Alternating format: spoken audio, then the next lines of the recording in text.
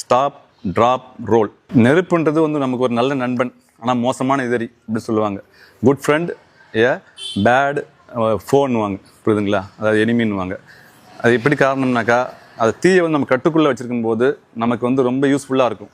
அதை நம்ம கட்டு தடங்காமல் போகும்போது அது நம்மளை வந்து ஒரு இதை அதாவது அழிவு ஏற்படுத்தாமல் போகாது. அதனால் வந்து தீயை கட்டுப்பாடு வச்சுக்கணும்.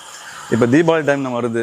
தீபாவளி வந்தோம்னாக்கா முக்கியமானது வந்து பட்டாசு வெடித்து கொண்டாடுறது வந்து நம்ம இந்திய கலாச்சாரத்தில் ஒரு முக்கியமான நிகழ்வாக இருக்குது.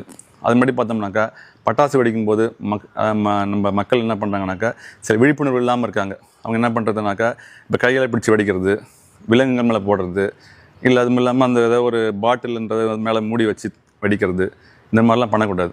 நம்ம பண்ணுறது வந்து பட்டாசு வந்து சேஃப்டியாக பண்ணணும். அது மகிழ்ச்சியாக அந்த தீபாவளி பண்ணணும்னாக்கா நீண்ட கைப்பிடி உள்ள வத்திகளை பயன்படுத்தணும். அதாவது தூரமாக, அதாவது கைப்பிடி நெருப்பு வைக்கும்போது இந்த முழங்கால் நீட்டமாக இருக்கணும், மடக்கிலாம் வைக்கக்கூடாது. அந்த மாதிரி வைக்க பார்க்கணும். எப்பயுமே பட்டாசு வெடிக்கும்போது பக்கத்தில் வந்து ஒரு பக்கெட்டில் வந்து தண்ணி வச்சுக்கணும் ஒன்று.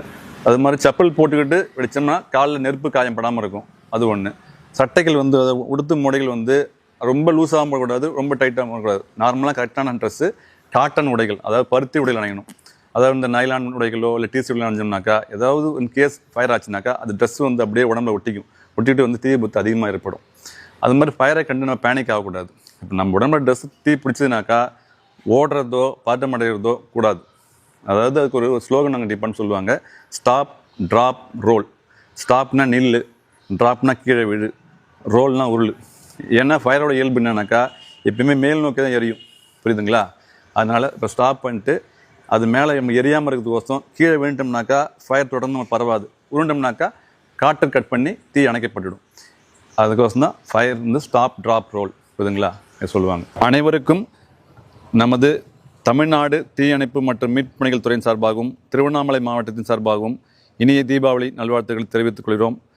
அதாவது பாதுகாப்பான தீபாவளியை கொண்டாடுவோம் என்று சூழலைப்போம். நன்றி, வணக்கம்.